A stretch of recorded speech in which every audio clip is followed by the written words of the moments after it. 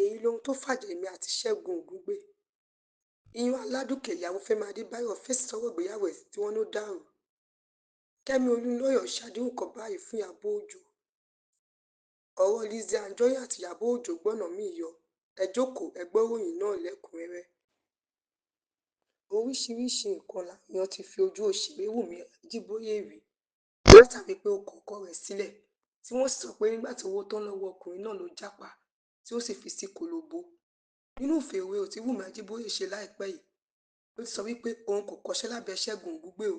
àti wípé ìlú Èkó lòun ti kọ́ṣẹ́ lọ́dọ̀ Bukky Babalọ́lá tó ń jẹ́ Bukky Black kó tó di pé ẹnìkan mú òun mọ àwọn ẹbí Ray, Bukka Ray, Murphy Ray tóun sì gba àwé mú yege. Wùmí tẹ̀síwájú náà rẹ̀ wípé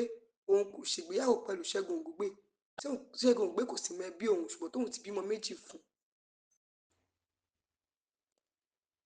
Látàrí awuyewuye wípé MC Olúọmọ ló bá òun pe olórin sí ètò ìsìnkú ìyá òun, ṣùgbọ́n tí Wùmí Ajíbóyè sọ pé kò sọ̀rọ̀ òótọ́ kankan nínú ọ̀rọ̀ náà, pé òun kò gba owó lọ́wọ́ MC Olúọmọ àti pé kò sí àjọṣepọ̀ kankan láàrin àwọn méjèèjì.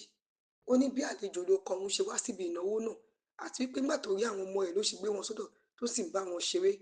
Nígbà tó di ijọ́ kejì náà kó òun dágbére pé òun ti ń lọ, tóun sì kiri tóun sì dágbére fún òun, ṣùgbọ́n òun ìbànújẹ́ ló jẹ́ fún òun táwọn kò sọ pé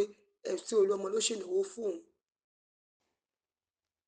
Wùmí sọ pé òun retí kí bàbá ọmọ òun wá wé òun mọ́, ṣùgbọ́n tí kò sọ̀rọ̀ lórí ọ̀rọ̀ náà gbomijé lójú òun tóun kò sì lè jáde. Lọ́dún tó kọjá ni Wùmí jáde sórí ẹ̀rọ ayélujára wípé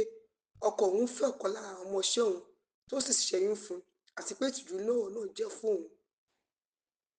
Láyàjọ́ àwọn bàbá ni Wùmí Ajíbóyè fi sítáì sọ̀kọ̀rọ̀ sáwọn bàbá tí wọn kì í tọ́jú ọmọ wọn. Ó wá béèrè pé báwo ni wọ́n ṣe ń sùn lálẹ́ àti pé ìdájọ́ Ọlọ́run ń bẹ lórí wọn. Èyí ló mú káyọ̀ máa sọ wípé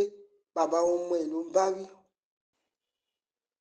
Kẹ́mi Olúnlọ́yọ̀ ti jáde síta láti wá tọrọ àforíjì lórí ọ̀rọ̀ tó sọ sí Ìyábọ̀ Òjó. Ní ọjọ́ díẹ̀ sẹ́yìn ni Kẹ́mi Olúnlọ́yọ̀ jáde síta láti wá sọ pé ìgbéyàwó Priscilla Òjó ò ní pẹ́ dá o àti pé Ìyábọ̀ Òjó tọ́jú ìyá rẹ̀ tó fi kú.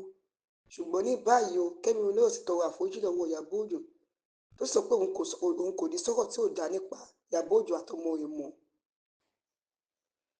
Iyán Aládùkẹ́ sọ̀kọ̀rọ̀ sí Fẹ́mi Adébáyọ̀, èyí tó fi hàn pé ọ̀rọ̀ náà ò tí ì níyanjú látàrí ẹ̀sùn oríṣiríṣi tí kò sẹ́ni tó lè fìdí rẹ̀ múlẹ̀ tí wọ́n sọ pé Iyán Aládùkẹ́ ṣe, wípé ó ṣoògùn àti pé ó fi mọ́tò tọkọ rẹ̀ rà fún un ní jàǹbá. Láìpẹ́ inú obìnrin náà kọ àkọlé kan síta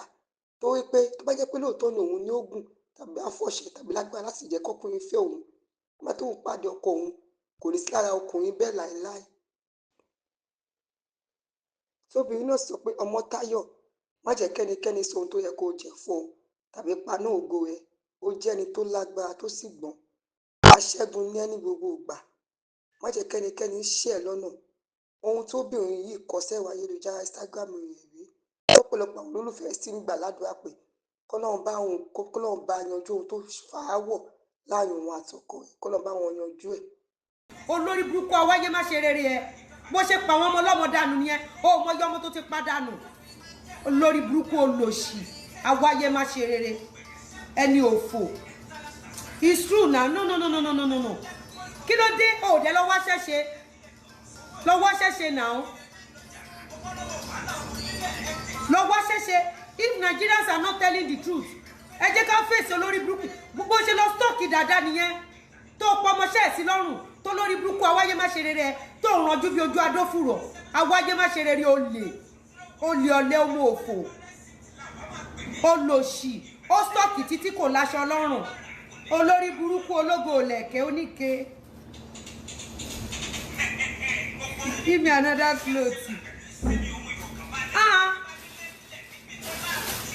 Ẹ̀wọ̀n kan tó ṣe fọ́mọ yẹn. Imagine tó bá yẹ pé ṣe múfì nìyàn fi ń jẹun. Ibo nìyàn bá wà lénìí. Bí mo ṣe ń taṣọ mi náà, wọ́n lọ sí DM àwọn èèyàn. Tẹ́lómi bá sọ pé how much is cloth? Wọ́n dẹ̀ lọ sí DM wọn. Tẹ́lómi bá bèrè pé how much is sóyòyò? Wọ́n dẹ̀ lọ sí DM wọn. Oṣoorí burúkú yẹn títí. Akíkanjú ọmọ aládé ẹlẹ́pọ̀n. Olòṣì ó ti wọ̀ lójú. Olórí burúkú èmi ò rí ibi téèyàn ti ní time kéèyàn create time láti máa stop ọmọ làkejì. for years olórí burúkú lẹ́yìn social media tó fi promote ara ẹ̀ orí social media ló ti lówó olórí burúkú o tálíkà lójú ayé.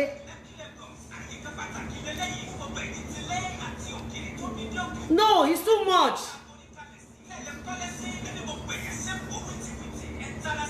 The person clothes fit the tea. Ẹ gbọ́ ẹja jọ̀gbọ́ ẹ wò ẹ máa bọ̀ ṣé níjọ́ tí mo ti cast ẹ̀ London amẹ̀bọ̀ gist yẹn ó wá lọ ẹ wò Bísí ló wá post eléyìí ẹ wò nǹkan tí Bísí post èwo lélẹ̀ ìwọ kórí burúkú lọ olóṣì lélẹ̀ olórí burúkú lélẹ̀ fídíò yẹn gan dà fídíò yẹn dànù I think I sent you the video ní fídíò yẹn bí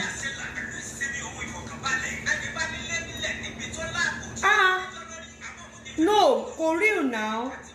everybody laughing here lè gbà now kí ló dé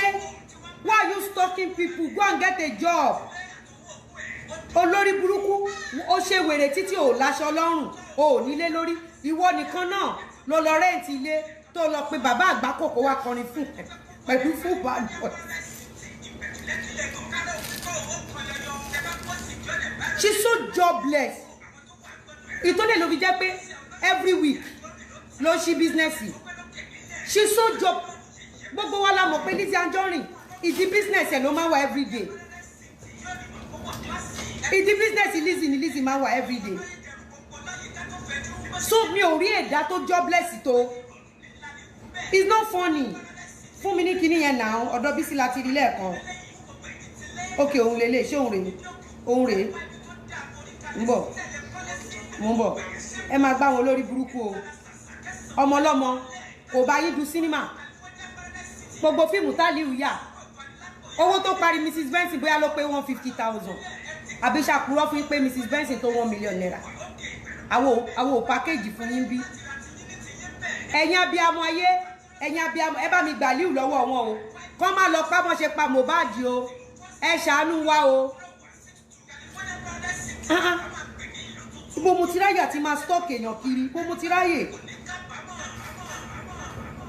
mi ò ríru eléyìí rí ṣọ́ràn náà fi ń bá mo ní mi ò bẹ ṣọ̀rẹ́ olè ní ẹ́ ọ̀lẹ ní ẹ́ kò so ní tíátà tó bímọ tó padà sórí bẹ́ẹ̀dì àwọn ọkọ wọn o kì í jẹ́ káwọn ọkọ wọn gbọmọ mi ò lè bẹ ṣọ̀rẹ́ evil ní ẹ́ ìdí tí mo ṣe sá fún ẹni gbogbo àgbáyé ń rí yìí ọ̀lẹ ní ẹ́ ò mọṣẹ́ ṣe iṣẹ́ tó mọ̀ ní kó wà lórí fóònù kó pe léyìí kó pe léyìí kó pe léyìí kó pe léyìí iṣẹ́ tó máa ń ṣe nìyẹn kó bà tẹ́lẹ̀ yìí jẹ́ kó bà tọ̀hún jẹ́ iṣẹ́ táyé mọ̀ ẹ́ mọ́ nìyẹn mi ò lè bẹ́ ṣọ̀rẹ́ ìwọ náà rí ni ṣé mi máa ń lò lẹ̀kẹ̀ oníke tó bá fi lè rí pẹ́ẹ̀ lọ́rùn mi gbàgbé ẹ̀ pẹ́ẹ̀ gidi ni o dẹ̀ máa rí diamond nínú ẹ̀ o ò lè rí mi kí n kàn lo just pearl bóyá tí n bá ní pé kán bá mi mix ẹ̀ pẹ̀lú diamond kò dáa Mrs Anikulapo kò dáa ẹ gbà wá Mrs Anikulapo Bakre ẹ bá wa ṣá torí fíìmù Mrs Benson all because people accepted that movie gbogbo ẹ̀yin abiyamọ tẹ bá ṣe tán tẹ ti wo movie yẹn ẹ bá mi ṣe short video ẹ bá mi sọ ẹ̀kọ́ tẹ ẹ kọ́ nínú movie yẹn ẹ post ẹ má repost kẹ tag mi ẹ tag mi màá fún yín lẹ́bùn lọ́n the 31st ẹ bá mi ṣe short video ẹ bá mi nǹkan ẹ̀kọ́ tẹ ẹ kọ́ bẹ́ẹ̀ ṣe máa ṣe fídíò yẹn lélẹ̀ ẹ máa ní Mrs Benson movie ẹ̀kọ́ tí èmi rí kọ́ lára Mrs Benson movie ẹ sọ ẹ̀kọ́ tẹ́ ẹ kọ́ ń bẹ̀ we don't need to destroy anybody káwa tó tajà wa bá wọn ṣe competition ṣé mi ò ní owó tí mo lè gbé fún Aliu pé kó ya cinema ṣé a lè upgrade fíìmù yẹn sí cinema ni storyline movie yẹn wọ cinema now it's not about spending billions or millions lórí irọ́ tẹ̀ ń ṣe it's about storyline the storyline of Mrs Benson ó wọ cinema no cap bọ́ mi ò ráyè Aliu ní business ẹ̀ ó ní boutique ó ní mọ́tò ààrẹ ìwọ ò ní ṣoríire o ní ṣe oríire ìṣẹ̀dá tó wà lábẹ́ kí lorúkọ mi tètè kọ́kọ́ gbá blocking o ní ṣe oríire o.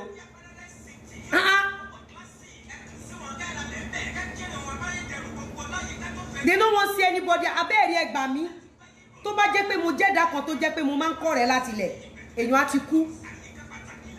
tó bá rí mi pẹ̀lẹ́lẹ̀ ó dilé wọn tó bá rí mi pẹ̀lú tọ̀hún ó dilé wọn. A ní lady tí mo fi ṣe olórí burúkú tí mo fi ṣe kò fo Tinubu lady tó rán mú nínú kò fo Tinubu ilé wọn ló padà gbé èmi ni mo lọ mú nílé ìyá ẹ̀ ó dẹ̀ lọ grant interview lọ́dọ̀ Dorcas ní 2019 ẹni tí mo gbà sílé tí mo gbà sí shop tí mo fún lóúnjẹ tí mo ràn lọ́wọ́ tí mo bá san school fees ọmọ ẹ̀ tí mo ní receipt. Àtijọ́ ẹ wo bọ̀bọ̀ kan náà Kazeem àbí kí lorúkọ ẹ̀ tó wà lórí Instagram gbogbo yín lẹ rí wọn Kazeem ẹ rí gbogbo wọn náà ti kó lọ kó kan mí Ọlọ́run ò fẹ́ èrò nínú ayé mi èmi nìkan nìyá mi bí àti bàbá mi ò dẹ̀ kí n kó ọ̀rẹ́ and that has been a secret to my success torí mo jẹ́ ẹni tó ní àánú tí n bá kọ́ ọ̀rẹ́ mi ò ní ṣoríire gan torí tí n bá ní owó màá fẹ́ kó fún yín tí n bá ní anything mo jẹ́ ìdá tó jẹ́ pé tí n bá ní ọ̀rẹ́ tọ́rẹ́ mi ò bá jẹun mi ní lè jẹun ìwọ̀nba àwọn èèyàn tó bá mi ṣọ̀rẹ́ wọ́n lè ní Lizzy ò dá lẹ́nu bọ́ ẹ̀ lè sọ wípé lẹ́nu ìgbà tí wọ́n súnmọ́ Lizzy ẹ̀ róríire tán ṣe ẹ̀ lè sọ bẹ́ẹ̀ láyéláyé ẹ̀ lè sọ bẹ́ẹ̀ ẹ̀ lè sọ wípé èèyàn kan súnmọ́ Lizzy o olórí burúkú Bísí Àṣàmẹ́gun yìí ẹ̀ mọye millions of naira tó fi ra gold owó tó ń gbà lórí péjì mi àtowó tí mò ń fún pé kókó fún àwọn warriors owó yẹn ló fi ra gold ó dẹ̀ dé nìyẹn ó dẹ̀ ní òun dọ̀ta wa kò move mi gbogbo yín you can testify to it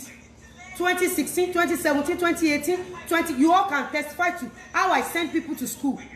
how I buy deep freezer for people how I buy Uber for people you all can testify how I buy kí lorúkọ ẹ̀ I bought Okada for people gbogbo ìgbà tí mo ń ṣe kínní èmi gan lákòjọ I don't know that I have the money but I go extra mile to help people ẹ dẹ̀ ti fi hàn mí nìyẹn pé a ní kí n má báyàn ṣe kí n dá wà mo dẹ̀ ti dá wà. Aliu has been with me for a very long time. I travel to all government like I travel to all states to their government houses. I sell clothes. I sell so many things. Aliu máa join mi ní Ìbàdàn tí n bá lọ Ìlọrin tí n bá lọ Ọ̀fà tí n bá lọ Ọ̀yọ́ Aliu ló máa tẹ̀lé mi kó jóṣù kan ni mo tó padà sékò Aliu ó máa tẹ̀lé mi òun ló máa bá mi mú gbà ló máa bá mi mú àwo mo ò dẹ̀ feature nínú fíìmù ọmọ yìí rí because wọ́n mọ̀ pé mi ò support movie rí history mi ò support movie ó dẹ̀ lọ sí boutique méjì ni Aliu ní ó lo mọ́tò ilé ara ẹ̀ tó fọwọ́ ara ẹ̀ kọ́ ló ń gbé ó lè má tóbi o because tó bá ń bá mi rìn ó máa kọ́lé ṣáà ni wọn bí ẹ̀dá tó bá ń bá mi rìn ó máa ní mọ́tò ni kò sí bóyá fẹ́ ṣe tó bá ń bá mi rìn ó máa níṣẹ́ ọwọ́ ṣe rí gbogbo quality tí mo níyẹn tẹ́ ẹ bá ti ní kò dáa àdó tó sì jọ fún mi léèyàn kan tí wọ́n lọ mú tó brush up fún mi léèyàn kan tó brush up gbogbo àwọn tó wá ń jágbà èèyàn mélòó ló súnmọ́ ẹ tó ṣoríire èyí tó bá lọ́wọ́ wá yáwó lọ́wọ́ wọn ò ní dá padà èyí tẹ́ bá jọ ṣe business wà lù wọ́n jìbìtì àwọn èyí tí ò dẹ̀ ṣe bẹ́ẹ̀ bá ti lò wọ́n ẹ̀ drop wọn ẹlẹ́dàá mi ọkọ mi lọ̀rẹ́ mi lẹ́yìn ọkọ mi ò lọ́rẹ́ kankan ọkọ mi lọ̀rẹ́ mi but enough is enough àdótòṣì wàá ṣe orí burúkú tọmọtọmọ ẹ àdàbí tí bá ń stọọkì ẹ kiri bó ṣe ń stọọkì mi kiri olórí burúkú olè ọ̀lẹ olóbò òpinyìnkìn onírọ̀bà báńdì òbò tó ti já kúlùkùlù olóṣì olórí burúkú ọmọ onídòkúdò akọlù látàárọ̀ dalẹ́ a máa wá bó ṣe máa ba ayé èèyàn jẹ́ akíkanjú aṣièrè olórí burúkú. àfikún náà yanjú ìjà Lizzy Anjorin àtàwọn tó ń bá jà.